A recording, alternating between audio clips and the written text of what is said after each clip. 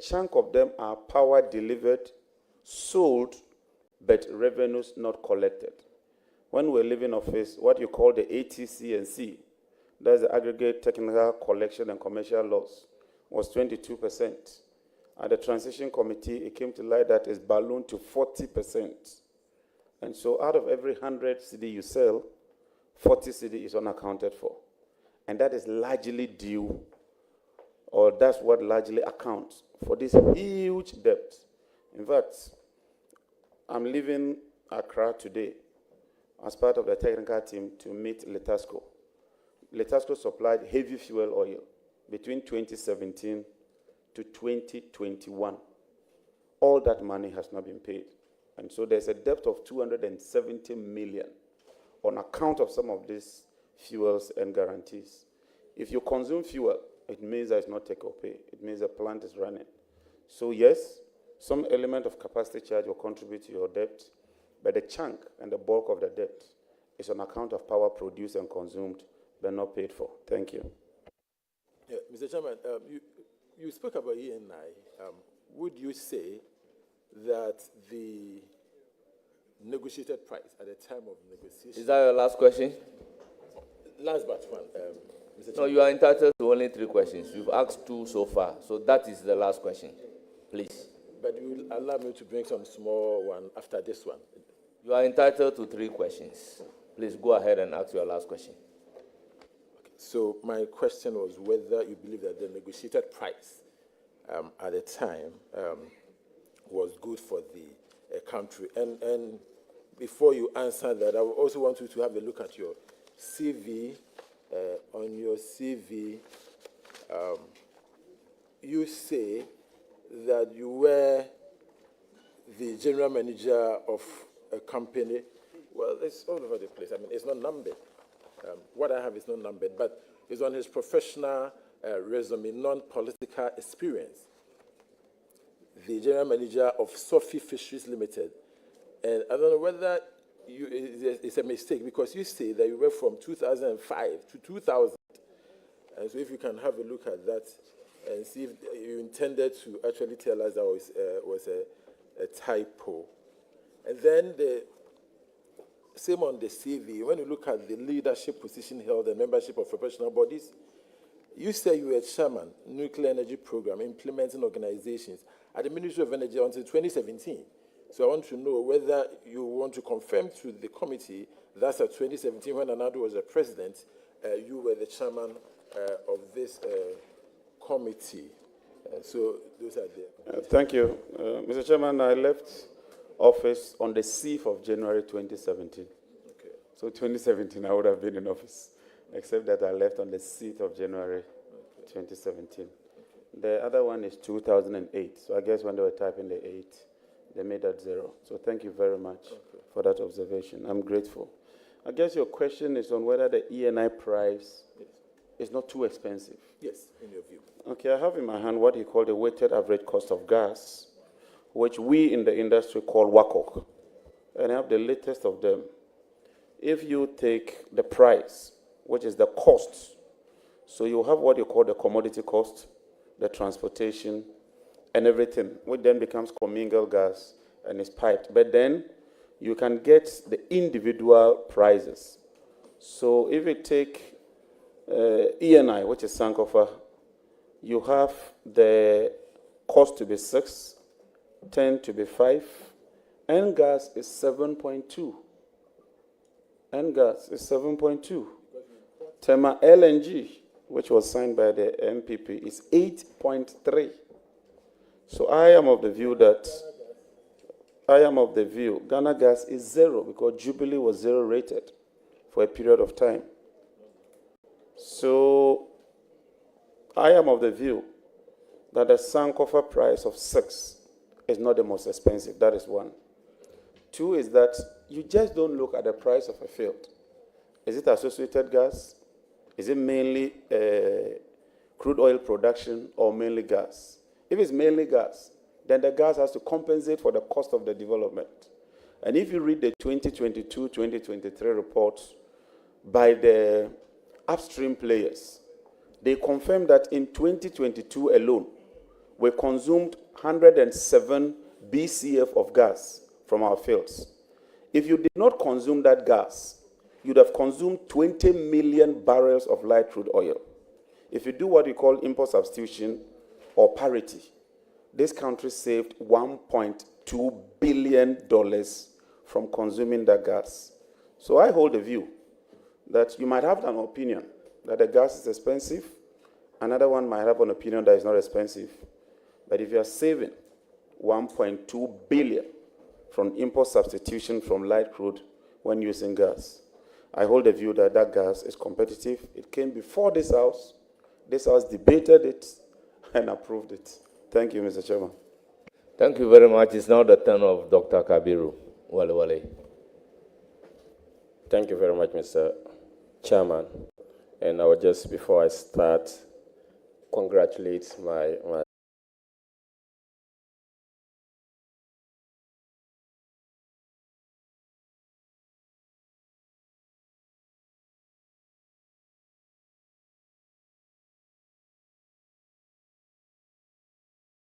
stated that the decision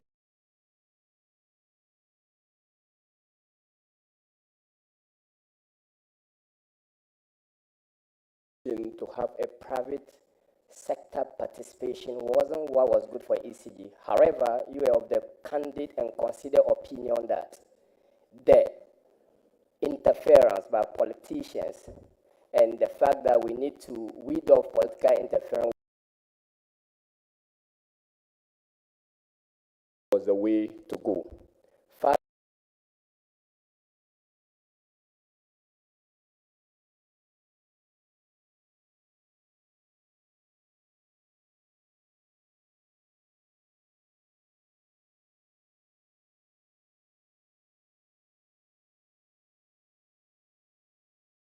Forward on the 17th, on or around the 17th of the 7th of January, you were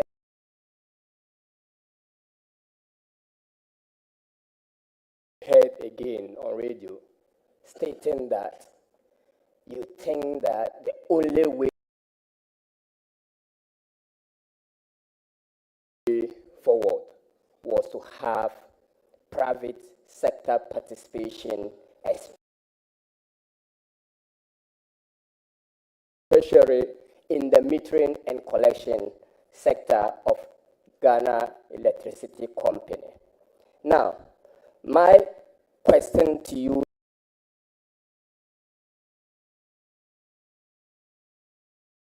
is, and you back this particular position with the fact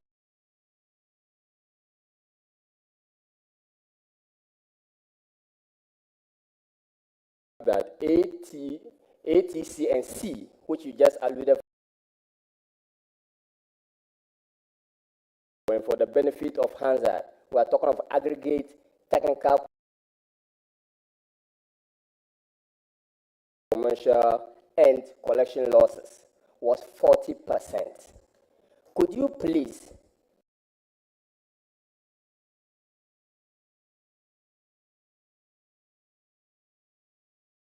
give this committee the breakdown of these 40% losses in terms of ATC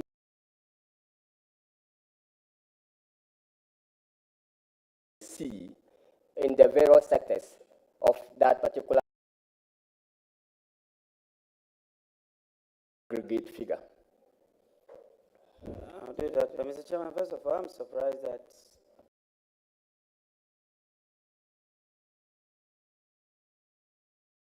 this allegation has been leveled against me, because I've remained consistent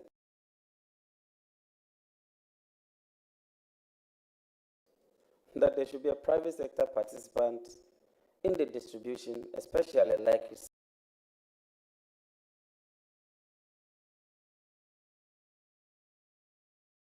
said, billing and collection. When I was deputy minister, I led the process.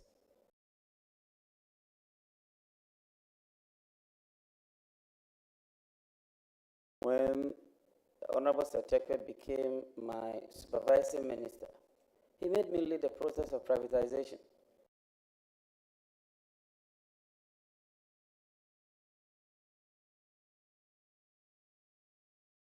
I led the team to India, I led the team to Uganda, I led the team to Kenya to learn from best practices. And so I'm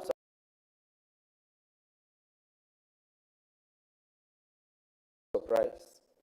And let me put on record that I've been very consistent that we need private sector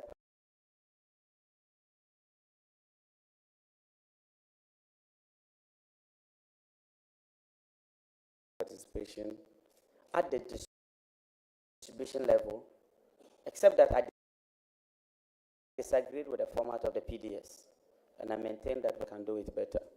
The ATC&C, I think it's about 23% for the technical, and the remaining is the commercial, which sums it up to the 40%. Thank you.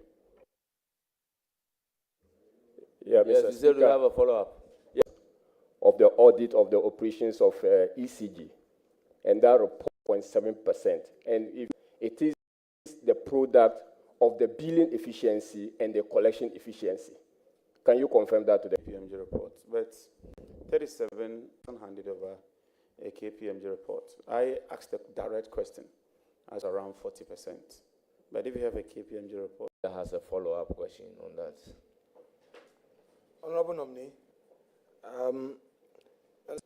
so can you tell us then whether your government is for looking at best practices, would the concession approach work or a pool tend to do? Thank you very much, Mr. Chairman. Thank you too. He has a further follow-up question. Honorable nominee, so can you let us know the time frame for this engagement? What's the time frame you are looking at? The preliminary work we have done is that my target is to push for 6 months, but I do not want to stampede the committee if I'm fortunate to get your approval. But give and take within this year, we should be able to do that because there are lessons that we've learned from the previous. Any questions? It's not the turn of Honorable Azika Dongo. Thank you very much, Chairman. First, I want to congratulate my younger brother and to commend him for the speed with which he supported the president to resolve this issue. I have heard you mention some numbers. You said the bill we left was about $2.1 billion, and you translated that to about 9 billion Ghana cedis.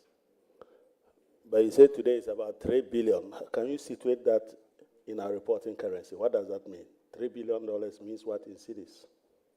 Mr. Chairman, when you use an exchange rate of, say, 15, that's 45 billion. So in Ghana cedi, we've moved from about 9 billion to 45 billion. It would have been worse. What is even kept it at the 45 billion is that another 45 billion has been collected on account of the Energy Sector Levies Act. So, but for the 45 billion that has accrued to the President Akufo-Addo government, the debt would have compounded and that would have been much, much higher. But despite that, the debt today is about 45 billion Ghana cedi. So in addition to the 45 Much. billion You are cedis, entitled to a question. I'm sorry. May I give the floor to Roxanne Nelson Dapamapo? Chairman, thank you very much. Let me use the opportunity to congratulate my brother. We entered Parliament together. We worked together. And we constituted the famous 7. And I know that he will deliver. Thank you very much, Mr. Chairman. Okay. Thank you very much. Give the floor to Ajin Sam. One question. Thank you, Mr. Chair, and congratulations, JJ. I come from a rural area. till date, there are communities that do not have meters. And therefore, I want to find out from you, what will you do to improve ECG revenue collection? And will you support a proposal to phase out all postpaid meters to prepaid ones? Thank you. Thank you, Mr. Chairman. Mr. Chairman, the ideal way, like you said, is to get prepayment meters, especially smart meters that can mimic all the requirements that you need. My meeting with ECG indicates that they have about 5.2 million meters. 4.8 are active. About 3 million of them are not working properly. So of the 4.8, 3 million meters are not working properly. So they will need to change a minimum of 2.9 million meters in order to satisfy the market. Two, like you said, people want meters. They are unable to get the meters. Technology is advancing. So we are exploring the possibility of selling the meters. Let people buy the meters. But through smart technology, we will license some people to install the meters. But you'll need to send a code. Once you send a code in with mobile money, it's activated. And automatically, you are registered onto the system. Because sometimes it costs people more than 4 or 5 times to spend money to get a meter. So if we make it readily available and use economies of scale, I'm sure the price will come down. So it's something we are working on, and we intend to roll that out as soon as we get your nod. Thank you. Thank you very much. It's now the turn of Honorable Agnes Namumulate. Thank you very much, Mr. Chair. Let me take the opportunity to also congratulate the honorable member on his nomination. There's something that is on the hearts and minds of most Ghanaians. And if we all have a way, we'll contribute to ensuring that it doesn't become a headache again. The issue of the inconsistency in the power supply, given the nod, what are you going to do? I have seen you do take some pragmatic steps to aid the president. In the long term, what will you do to ensure that our power and our electricity supply stays on? Thank you. Thank you very much. Honorable Nominee, what will you do to ensure our power stays on? Thank you, Mr. Chairman. Mr. Chairman, we have a current installed capacity of about 5,260 megawatts, a dependable capacity of about 4,800 megawatts. We've just hit a new peak demand of 4,100 megawatts. Our grid system is very, very resilient. We've upgraded a lot of our lines from 161 to 330 and 331 kVA lines. So they are quite robust with a lot of injection of primary substations. The first problem we need to address is the issue of fuel. Fuel supply is a major problem confronting the sector. Currently, we have a deficit of about 40 to 60 mm-scarf of gas. If you take the gas from ENI, gas from Jubilee 10, and then gas from N-gas, and you put all together, you still have a deficit. And so you have to be depending on some level of light crude oil, some level of heavy fuel oil, and some level of distillate fuel oil. Our immediate objective will be to bridge that gap. We've met Jubilee partners, we've spoken to the partners and the operators, Talo. We've also spoken to Ghana Gas. They are currently doing 100 mm-scarf. We are confident that if they do some reconditioning, they can increase it to about 35 more. And that will give us a lot of buffer. So once we solve the fuel situation, and we have some liquid fuel reserves as a backup, we should be okay. The next one will be to deal with the financial challenges. I've gotten a letter from Car Power. We owe them $377 million. They are threatening to shut down. Talo over 100 million. They are threatening to cut back. ENI is threatening. So we need to deal with the financial challenge.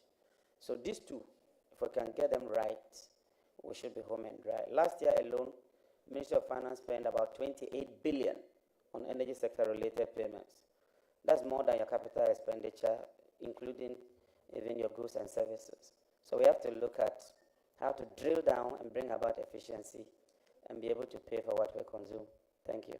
Thank you very much. Minority Leader, have a follow-up question. Chairman, thank you so much. Honorable nominee, though on the letter was Minister of Energy, but if you look at the executive instrument, it's adding something to your portfolio. You are aware of that? Leader, with the greatest respect, I've seen it, but I'm only a nominee. No, I'm saying whether you are aware. I'm aware. We'll deal with it. We'll deal with it later. Let me go ahead with my follow-up question. So, on the 7th of January, 2025, I am reliably informed that on the said date, the light crude oil ascent power was for a period of 23 days. Do you agree to that? Yes, Leader. Very well.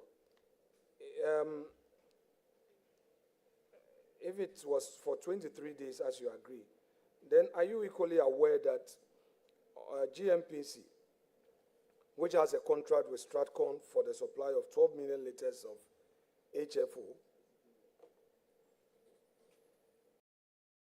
is still supplying this to AXA? You are aware?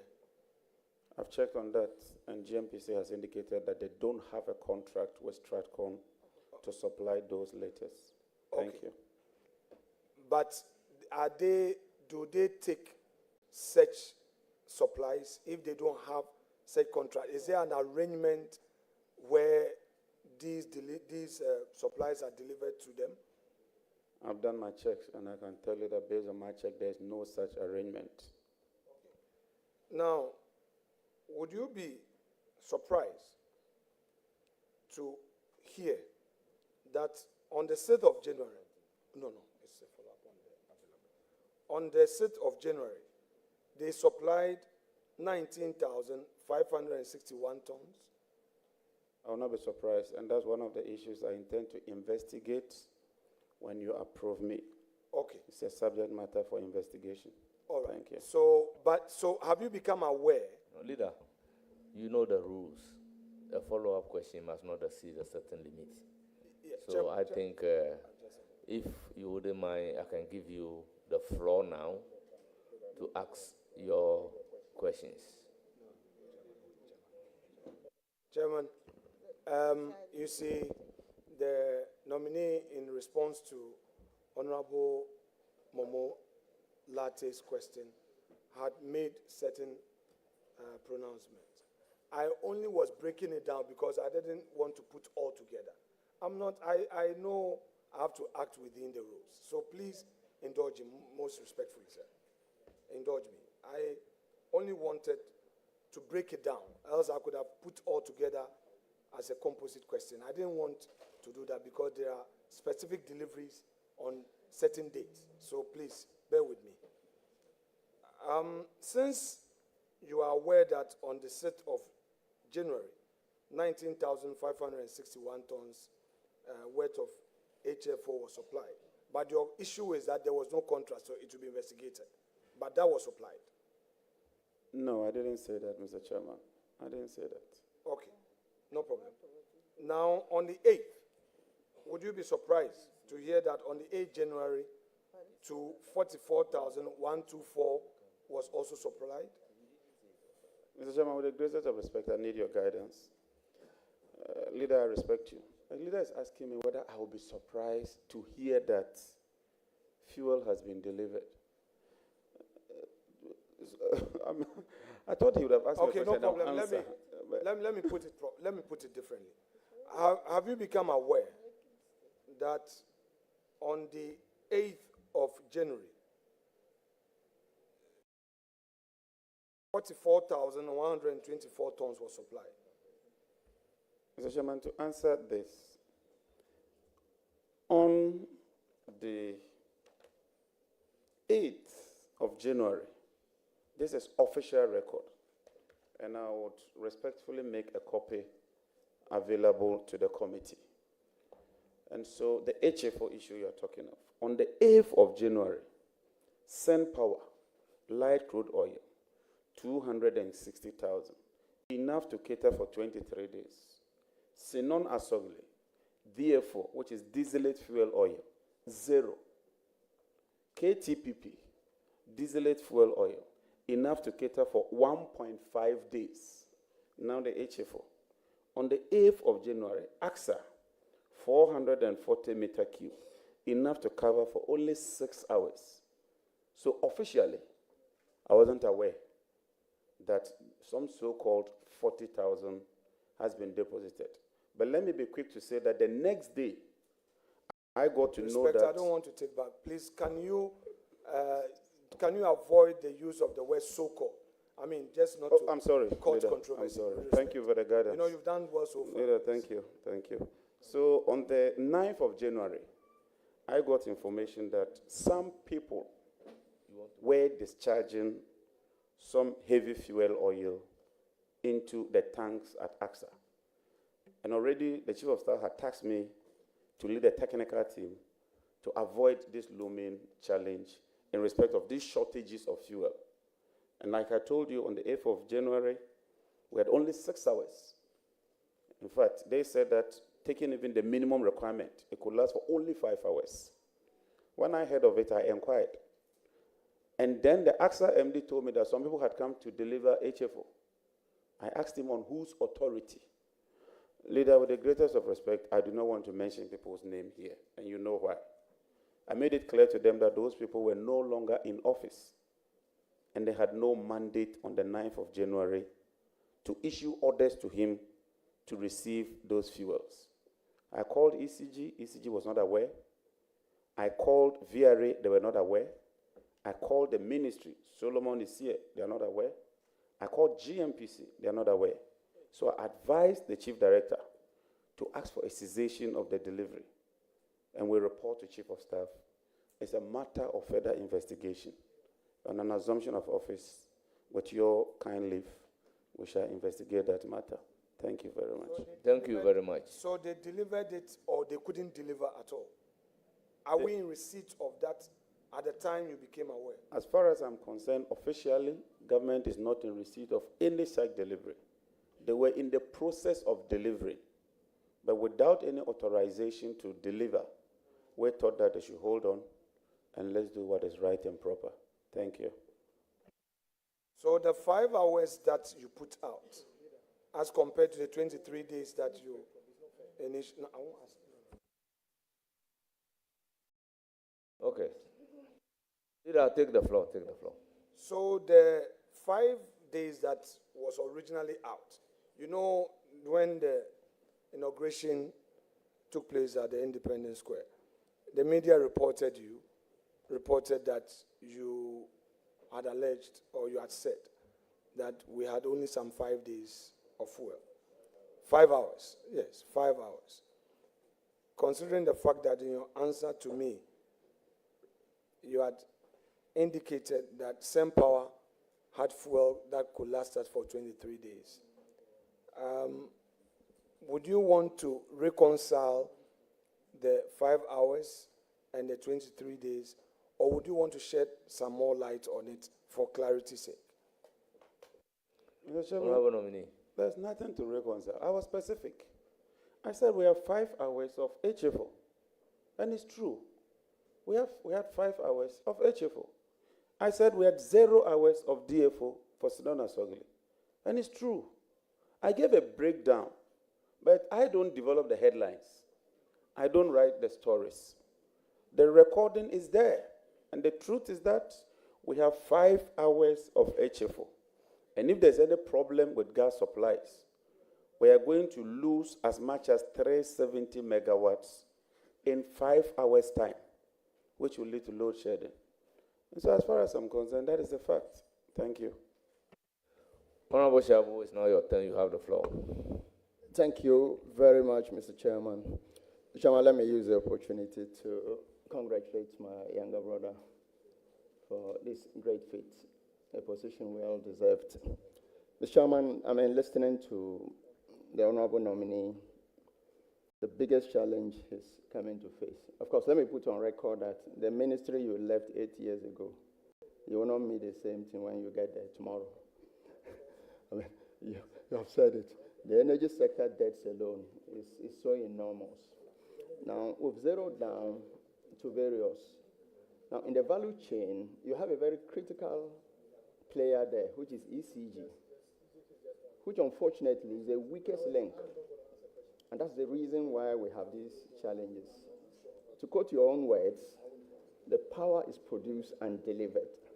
It is sold, but the revenue is not collected as efficiently as we can. Clearly, it boils down to accountability and efficiency. Now, you have also zeroed down to the fact that you are not averse to privatization.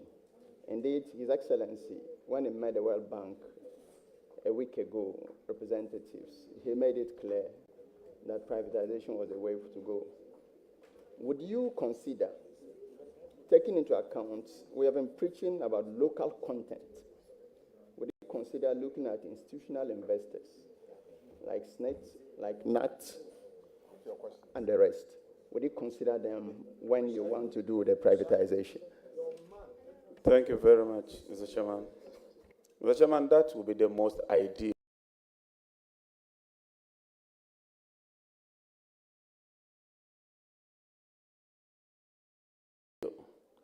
If we could get institutions in Ghana taking up shares and getting a technical competent company, even from outside, it means that there will be a lot of value retention. The main problem with ECG is not just the collection, but even how they spend or administer 150 million or 900 million goes into the cash waterfall mechanism. So what it means is that almost 400 million does not find its way into the cash waterfall mechanism because they've signed all kinds of contracts. Yesterday at the meeting, it came to light that they have 2,500 containers sitting at the ports. Contracts worth 9 billion has been signed. And because the containers are sitting at the port, demurrage alone is 1.2 billion.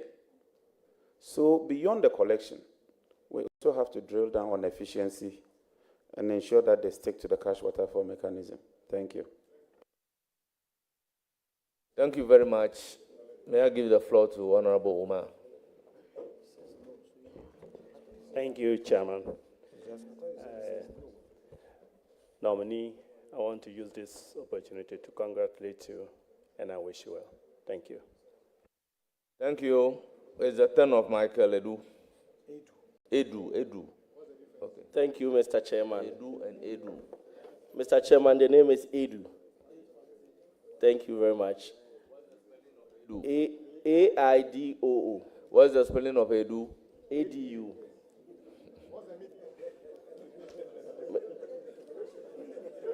Thank you, Mr. Chairman. Go ahead with your question. Thank you.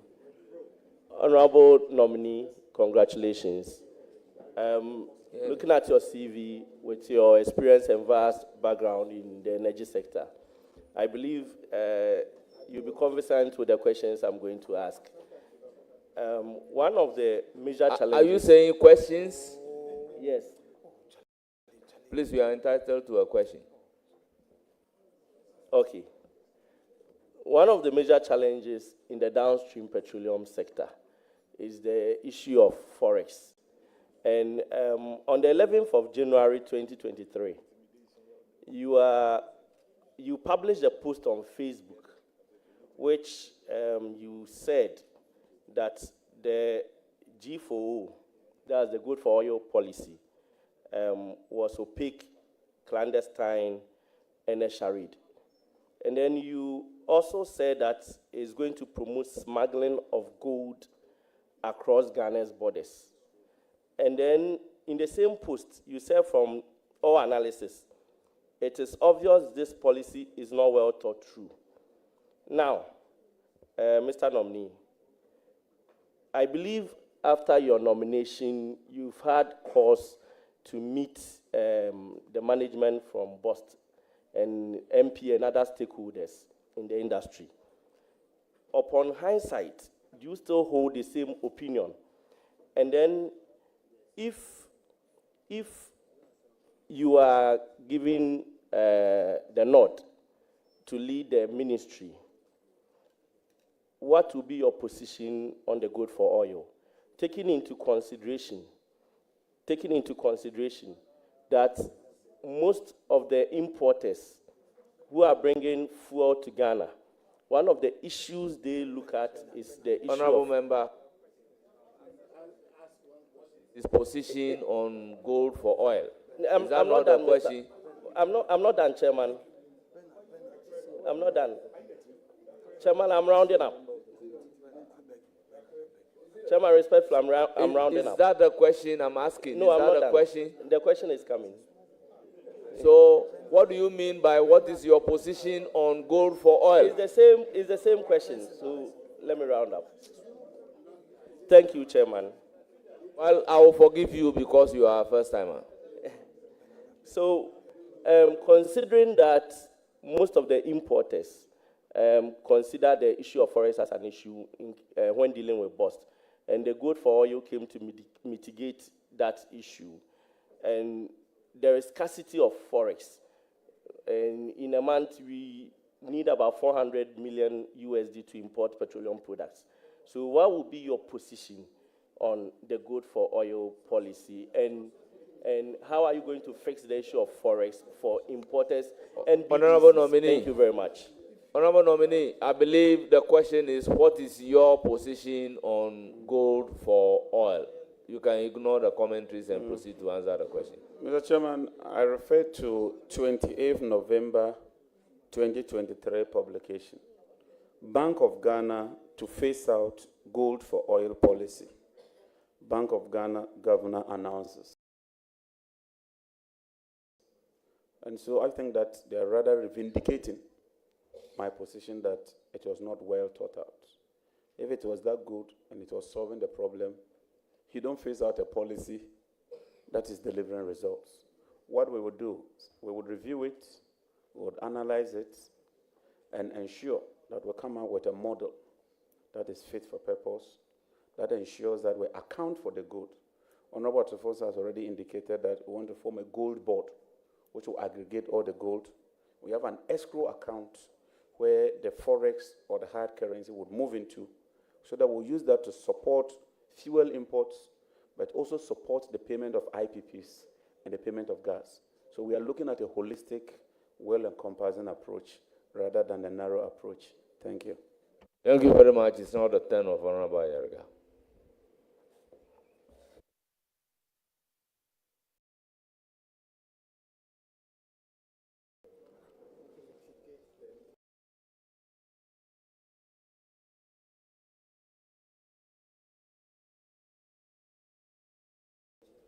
Congratulations.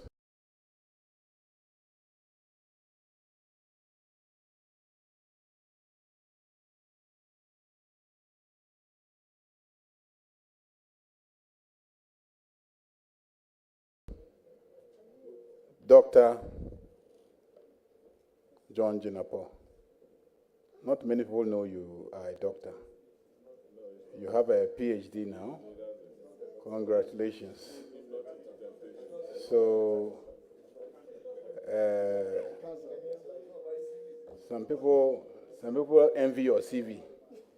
Some people envy the energy. And during that process, I became totally convinced and satisfied that you are not just a walking encyclopedia on all information relating to the energy sector, but that your capacity to think on your feet and devise solutions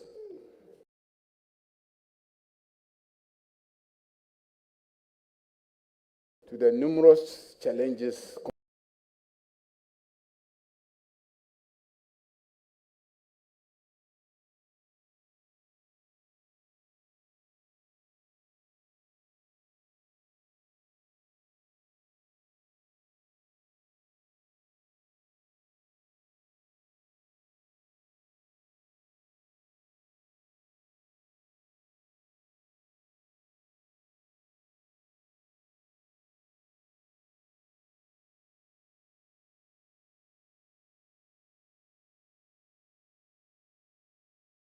Chair, let them know that they are not here to be clapping. Support Then they shouldn't be clapping. So it's Chairman, they our shouldn't guest. be doing that. So all you need to do is to inform them that here we don't clap, but Okay, we say here we don't clap. Here. No, they can't even say here because they are not part. They are not part of us. They are not. They cannot even say here. Honourable members, the word foot soldier should be expunged from the records. Can we make progress, honourable members? It's expunged from the record with the apology from the chair. Thank you very much. Can we have some order? Order. Let's have order. It's now the turn of Honorable Charles Forson. Charles Forson, you have the floor. Mr. Chair. What? You finish. I thought you finished. Well, may you continue. Please conclude. So, on the basis of my observations, I have no questions for you because I know you will answer all the questions satisfactorily. I can only wish you well and assure you of the support of this House. And I believe that you definitely will make a mark in the energy sector of Ghana. Thank you. Thank you very much, Honorable Charles Forson. One question, please. Mr. Chairman, Honorable Nominee, my good friend. This is from the good people of Tamacentra and the management and staff of TOR. A direct question. What is there for TOR? And also, we do extract crude, but yet we have refining corporations here, and they are begging for certain parcels to be given to them, whilst they go out to struggle for dollar. What is the way forward?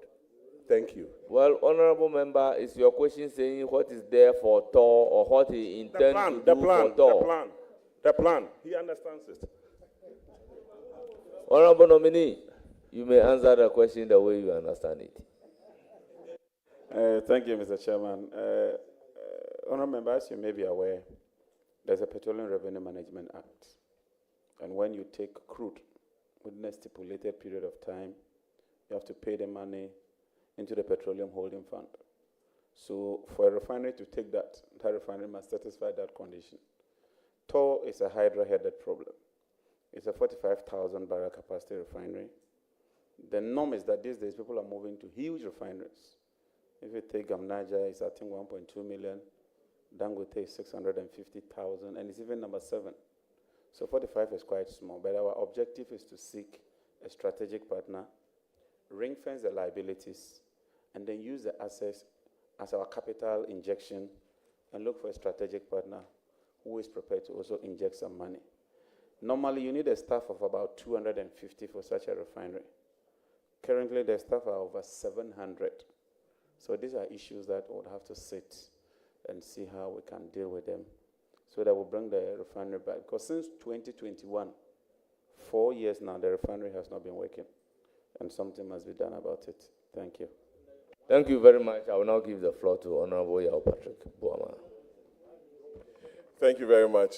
Let me congratulate my very, very, very good brother, JJ. Congratulations. JJ, a lot of questions have been asked of you on the downstream. Let me take you to the upstream sector. And I'm sure as a man who grew up in Mampong, you know about the Voltairean Basin program. I know you've been briefed by the ministry and officials from GMPC about the program around Mampong Agogo area. What do you know of the Voltairean Basin program, and how do you intend to add value to what your predecessors did, and how you intend to ensure that it comes on full stream to add to the revenue base of the country in the energy sector? Thank you. Thank you, Mr. Chairman. You are right, because in the upstream sector, crude oil volumes are declining rapidly. from a peak of 71 million barrels in 2019. 2023, we did only 48 million. So there's a sharp decline of 32%. And if nothing is done, the upstream sector will collapse. In the Voltaire Basin, I'm told they shot or shoot some 2D seismic data. I'm also told that they've done some parcels of allocation, which ought to come to Parliament. I intend that we'll review that immediately, within days or weeks. If I get your nod, then I'm sworn in. If we review them and we find those agreements satisfactory, we'll immediately come to Parliament. But I hold the view that we should relook at 919. All our neighbors, their current and participating interest is 10%. And as we move through the energy transition, you must quickly tap your stranded asset. So we will do a stakeholder engagement and get a buy-in of Ghanaians and incentivize the upstream players to invest, because it's very expensive. And that is something that we intend to pursue aggressively, even as we go through the energy transition. Thank you. Very much. Any further question? Yes, Minister, this is also on the upstream sector, which has seen some little or no investment in the sector. And I want you to tell Ghanaians some of the strategies you want to put in place to attract some of the big players in the upstream sector, like ExxonMobil. They came in and left to Guyana. We all know the issues around it. So what are some of the steps that your good self will be putting in place? You just mentioned that you are going to Dubai to meet with Letasco. And we want to find out what strategies you are going to put in place to attract some of the big players, since investment in that sector has gone down a bit. Thank you. Thank you. So first is the incentives. We have a standard incentives for all the fields. That cannot work, because you have deep water, you have ultra deep, and you have shallow water. It's more expensive and technologically demanding to do deep water. So the incentives for deep water should be different from that for shallow water. Then the acreage, the size. Our information is that it's too small, so we need to increase it. And some other incentives, but more importantly, is the posturing of government. These legal cases that we are losing in court, it hurts us a lot. The first option should be to negotiate. ENI went to court, we lost. Talo went to court, we lost. GPGC went to court, we lost. Sahara went to court, we lost. It's just one too many. So we intend to sit around the table and dialogue. The trip we're meeting Luke Oil to work on the Peckham field with AFC and the others. So the first option is to try and sit around the table, find out the real problems, and try to resolve them. I'm sure some of these basic interventions, if we can put them right, we can turn the clock around and attract the oil majors. Thank you. Thank you very much. Any further question? Yes, fine. But before then, little or no investment on part of government of the Republic of Ghana. Is that the understanding? No. Chairman. Not necessarily, Chairman. That's why we have SPLOCO. And SPLOCO is the commercial wing of GMPC. Very well. Which must take a stake Very in some well. of these fields. Just for you to clarify the point. Thank you very much. Chairman, you are being... Last question. You are playing the liberal role very well. You are now the Michaelasian of the caucus or committee. So I'm no longer a striker. I'm now playing a libero. JJ, I'm used to JJ, sorry. Honorable Minister, designate. My last question. What are your primary objectives, or what do you want the country to remember you for? Within the next 4 years, I pray to God you are not reshuffled in the energy sector, that during John Jinapur's era, issues of power theft, issues of transmission losses, no meter, arbitration issues in the power sector. What do you want Ghanaians to remember you for within the next 4 years? as one of the youngest ministers of energy in the Republic of Ghana. I wish you the very best, my good friend. Thank you. Thank you. Your answer to the convoluted question. Mr. Chairman, I must admit that it's a very difficult job. And as I get a briefing every day, I'm reminded that I'm stepping into a very, very difficult job. I want to be remembered as a young minister who insists on discipline. And I tell you, I will insist on discipline. I know we'll step on some toes, but we'll step on those toes gently. More importantly, honesty. And then I want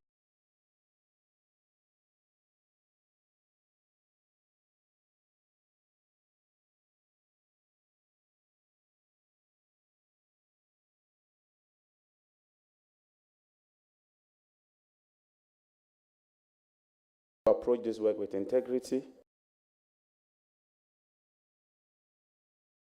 Also congratulate my good friend.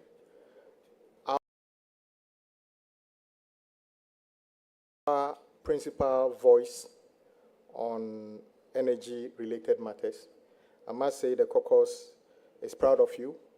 You have been an excellent choice for our caucus on energy, and I have no doubt the president got that right by nominating you. I don't have a question for you. All I have to say is that those of us who dwell in the villages, in the past 4 years particularly, many of us anticipated extension of electricity to cover many of our villages, to take advantage of the new ICT revolution in the world. We never got it because we don't have power. So if you were to give us laptops, those laptops in many of our communities are not used in the schools because we can't charge them. And so I also noticed that a colleague has already raised it. Many communities we all share have problems where a whole half of the town uses 1 meter, and they don't benefit from the thresholds you build to support vulnerable people because their consumptions have gone beyond what was anticipated, not because they are individually consuming more than they are consuming, but because they are clustering around 1 meter. I just want to remind you of this and say that the rural people have trust that you can make an intervention that brings electricity to their communities, and also those who have electricity or also can have the meters they deserve, so everybody can take responsibility for whatever he consumes and pay rightly for it, so we can mitigate these unreasonable distribution loss, which is piling up the debt that we all have. So I wish you very well, and I have no doubt you will excel with the support of the caucus, the parliament, and the country. Thank you very much. Thank you for the compliment. It's now the turn of Honorable Deputy Leader.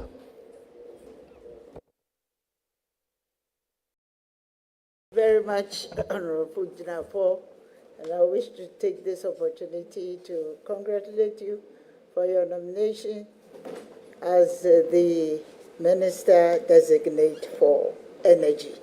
I'd like to commence this interrogation by going through your CV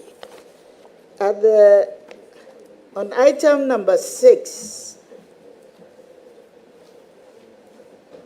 V, item number 6V. I notice that you've been the chairman for Nuclear Energy Program Implementing Organization. As a minister designate, I know that you have been adequately informed about the progress so far made in trying to introduce the use of nuclear power in the country. If you don't mind, if you can apprise us as other people in the country are listening to you of where we are with the promotion of the use of nuclear power and what will be your commitment to ensure that the future in the next 4 years we'll be commencing the implementation of the nuclear power. Thank you.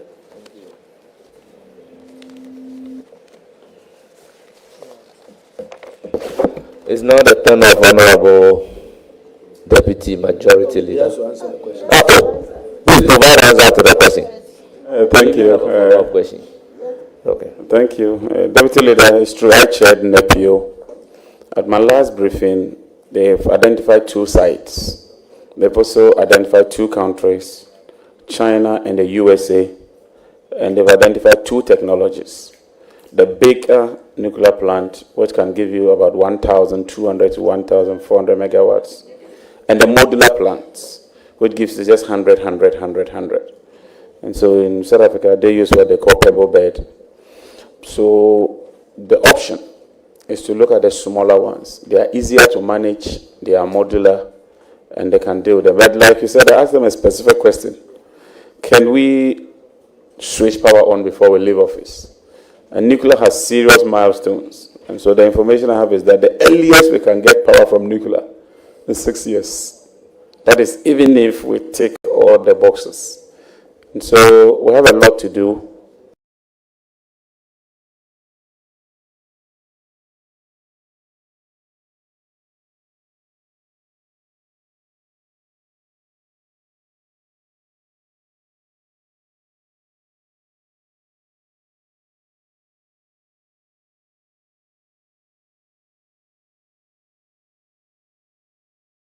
And we'll try and push it to the best of our ability.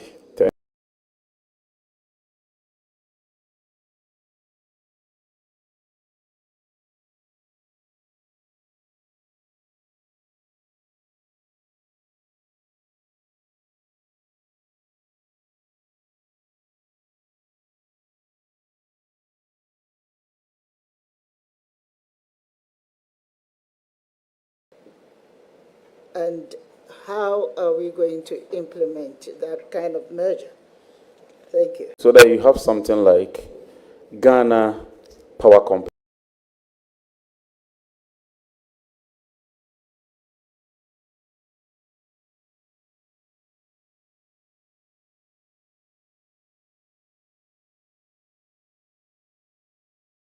Or whatever. We do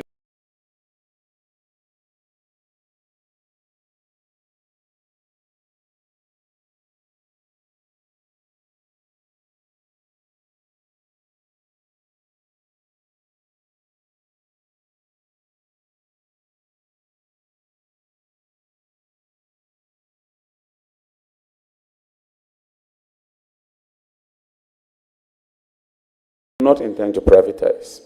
So when you merge them, you have a holding company and 3 subsidiaries or energy assets in private hands. So let me assure the workers, we'll consult them.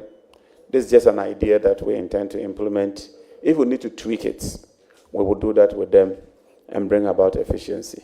Thank you. Thank you. Thank you very much. Do I get that understanding that currently the VRA is responsible for both the hydro and gas? Does it mean that you are leaving everything for them for both BUI and VRA and will be operating alongside if you are having just one company as an energy? Thank you. What we intend to do is to consolidate them and then increase specialization and efficiency.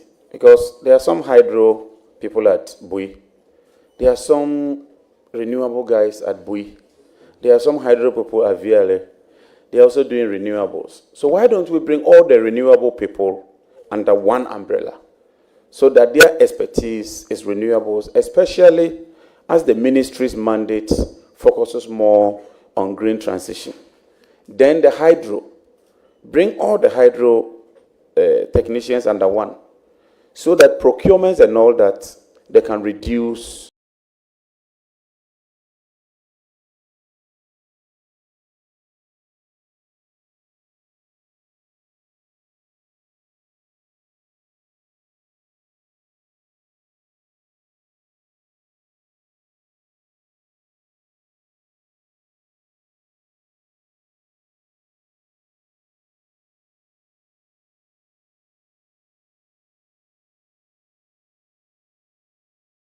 losses and increase efficiency.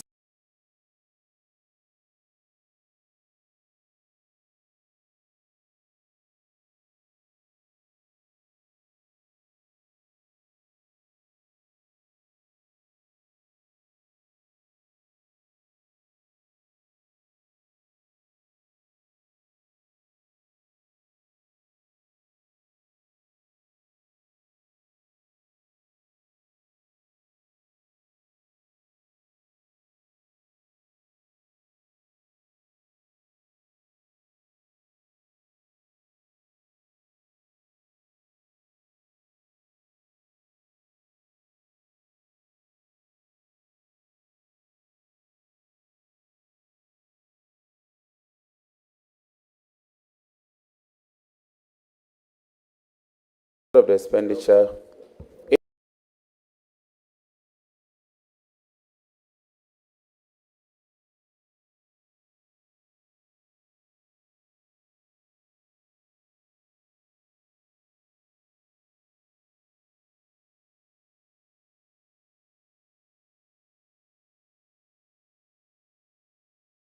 Honorable Leader has one supplementary question. Yes, Honorable Nominee, this is not really a question. You had made a point earlier that ENI Vitol dispute, Ghana lost the case. I just wanted to get a clarification whether perhaps you slipped or I didn't hear you correctly. Because I know for a fact that in that international arbitration, the tribunal dismissed the 950 million claim against GMPC and Ghana. So I just wanted, for the record, maybe I didn't hear you right in your earlier response. Chairman, ENI went for 2 reliefs. There was an order of unitization from government. ENI went to the Court of Arbitration that government did not follow due process. 2, ENI then asked for compensation in terms of monetary compensation.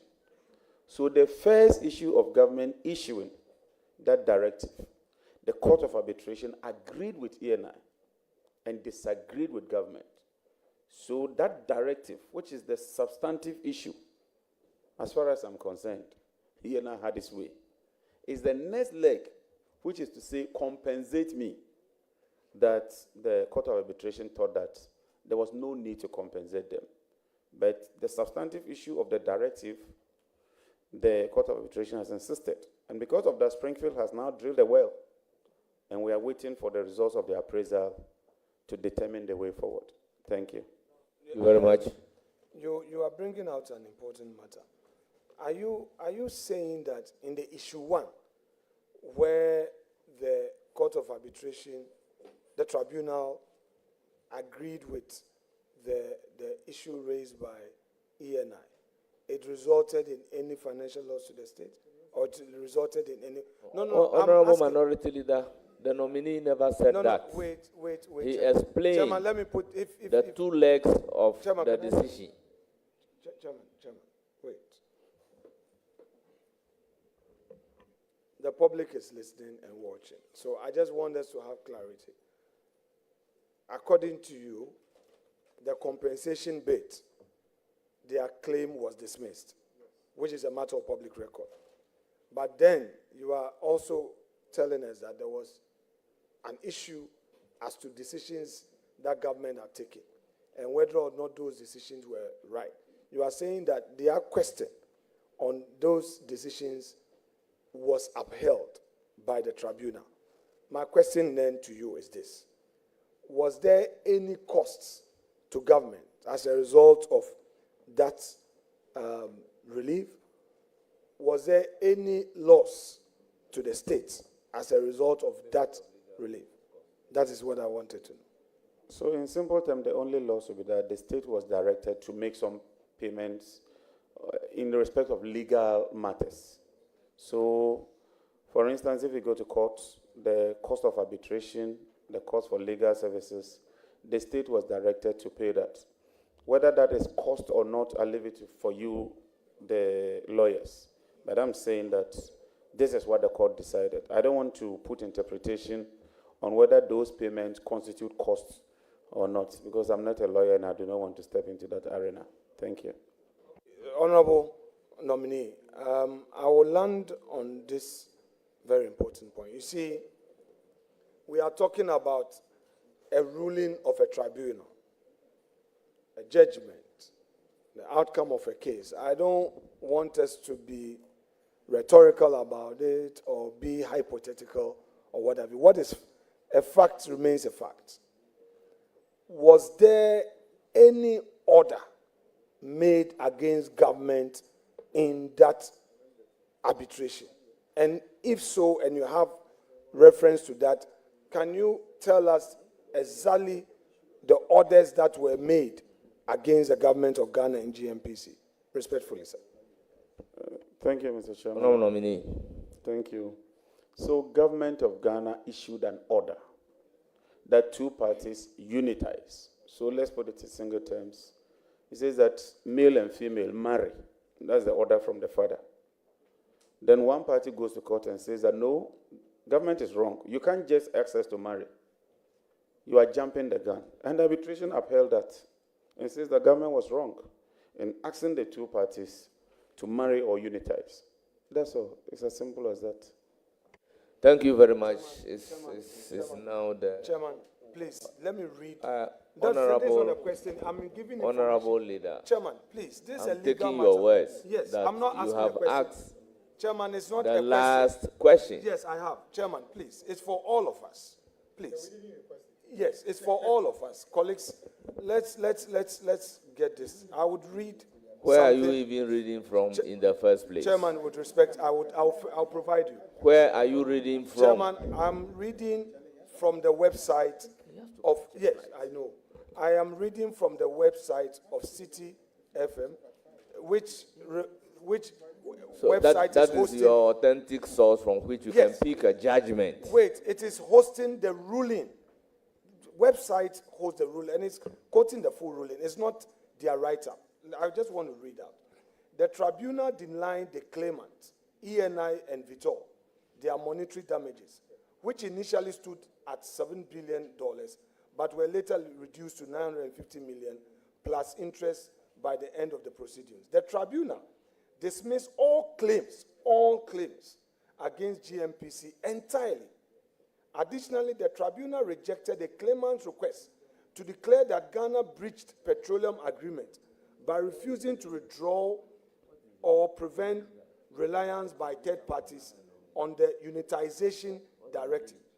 The tribunal also dismissed the claimant's request for Ghana to notify the High Court, Court of Appeal, and Supreme Court of Ghana that the unitization directives were issued in breach of the petroleum agreement. I mean, this is a matter that I'm lifting directly from the ruling. I just want to bring it to our collective attention. So I'm just saying that there was no such claim, such order made against any of the respondents from the ruling.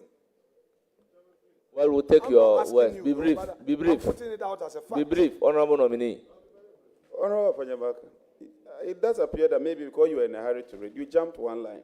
Let me just read that for you. Please go about. However, the tribunal find that in the circumstance in which they were issued, the unitization directive breached the petroleum agreement. Simple. It's on the City FM thing. It's there. The very one you are reading. It's there. I didn't say it. Colleague, I will not want, which is a legal matter.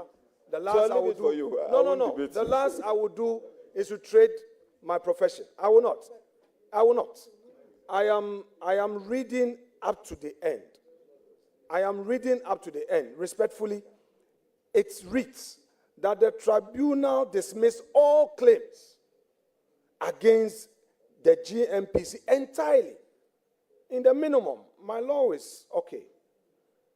Additionally, the tribunal rejected the claimant's request to declare that Ghana breached the petroleum agreement by refusing to withdraw or prevent reliance by third parties on the unitization directives. The last paragraph, And I'm not running away from any paragraph. I wouldn't want to put my reputation on the line on this. The last paragraph reads, the tribunal also dismissed the claimant's request for Ghana to notify the High Court, Court of Appeal, and Supreme Court of Ghana that the unitization directives were issued in breach of the petroleum agreement. Gentlemen, thank you very much for the education. Once you give me the nomination, I'll consult the Attorney General. The Attorney General will guide me. Thank you very much. Well, thank you very much. In the midst of the disagreement, I'll give the opportunity to Honorable Ayariga to read what he's also having. Please go ahead and read. No, it's not about opening the Pandora's box. Why? He's read something he claims to be the outcome of the litigation. This is the report. It says that Ghana has suffered a setback in an international arbitration case concerning its attempts to unitize offshore oil fields, but avoided potentially significant financial damages. So there were two issues. Ghana sought to get them to unitize. And in that respect, Ghana suffered a loss because the court did not agree with Ghana. But then Ghana avoided financial loss, that is payment of damages or any compensation. And that is exactly what he has reported. So please, why? You can read from a website, I cannot read from a website. Please, it's here. Reading from the website. We're all reading from the website. Yes. It's here. You can So, honorable members, I'm giving it to you. Take it. we can Take allow it. the If you- contradictions If you have any doubts, you can take it and read it. in the publications at the website to. So we make progress. Honorable Chairman. Deputy Majority Leader, you have your turn. Chairman. Minority Leader, Chairman. I plead Chairman, with you yes, with all Chairman, due I'm respect. pleading with Let you. us not argue Chairman, the Chairman, I veracity will or not- other words of the various Chair- publications Chairman. that you are relying upon. Chairman. So, Chairman, please oblige me. Honorable Chairman, Leader, Chairman, let us be please, guided Chairman, by I the will. provisions of the Constitution in Chairman. Article 78 and Chairman. 94. I beg you. Chairman. I've Chairman. given the floor Chairman. to Honorable Deputy Leader. Chairman. Honorable Minority Leader, I have given the floor to Honorable Deputy Chairman. Majority Leader. Chairman. I may come back to you. So please, Chairman, please, I may come back to you. Okay, Chairman. I may come back to Chairman, you. Chairman, Please. with that said, I will rest my case Yes. to allow So, you Honorable we Amabua. come back and deal with this Amabua. matter. Thank you.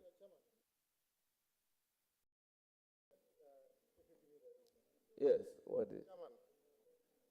People are watching us right from the beginning. The respected minority leader kept asking to be indulged. He would end his presentation and ask for just a small opportunity to make one point, and then that becomes a whole new presentation. And he keeps insisting, indulge me, indulge me. And even when you give opportunity to somebody to speak, he will make sure that you give him the opportunity. Right now, his time has passed. I didn't expect you to say that when the Honorable Boa finished, you're going to give him another opportunity. He'll start Honorable a Member, I new know what I am presentation. doing. So please, He's it's now the turn of Honorable Boa. Today, we beg you. Honorable Boa, you have the floor. Honorable John Abdullah Jinapo, congratulations. You first work in the Ministry of Energy as my deputy, and I am very, very proud of you. I think that you are sitting in that chair because you were dedicated, you focused on humility, and worked your way up. You became our ranking and you led a team very, very well. And so there's no doubt in my mind that you're going to be a very successful energy minister. I have three things that I want to guide you. You may not even answer them. But you know that the upstream sector is in complete disarray. With all the big players gone, oil production has declined over 37% and continuing. The last 8 years, the 3 producing fields that we brought on stream. Netting has been added. You talked a lot about the challenges and the court cases you've lost. And so I hope that will really engage your attention and the strategies to increase oil production and bring the big boys back. And I know that you've talked about that. We need to really get to gas efficiency and make sure we get gas security. That is the key to the energy sector. And I'm very sure that you focus on that as well. I think you've talked about the indebtedness. I'm sure you will tell us that when we were leaving power, how much we left in debt, and whether or not it's true that we left $5 billion.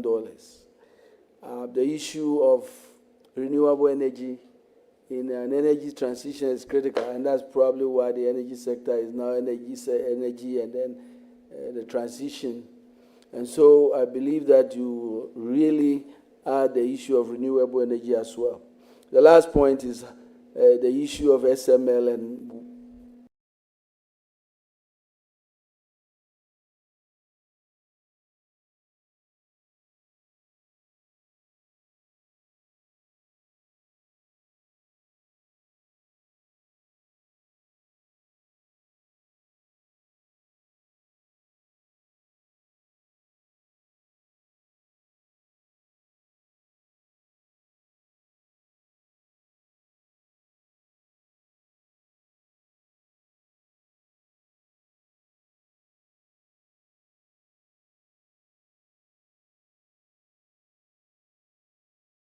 all the issue of transparency that came up.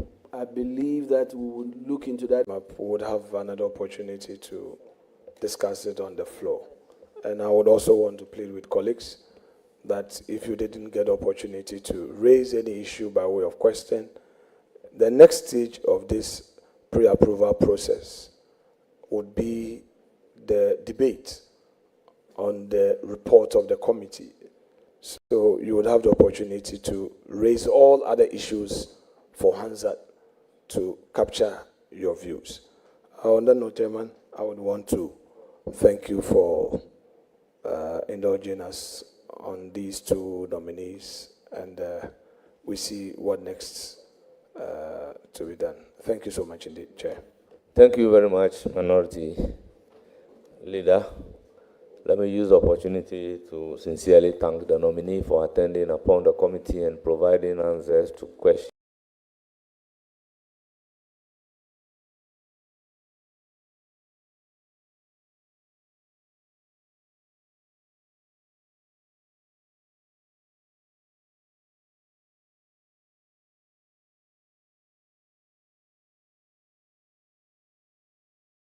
posed, and to say that, Honorable Minister Designate, you will surely hear from the committee. Thank you very much. Thank you, Mr. Chairman. I'm most grateful. Wooden, No, wait before, don't call him.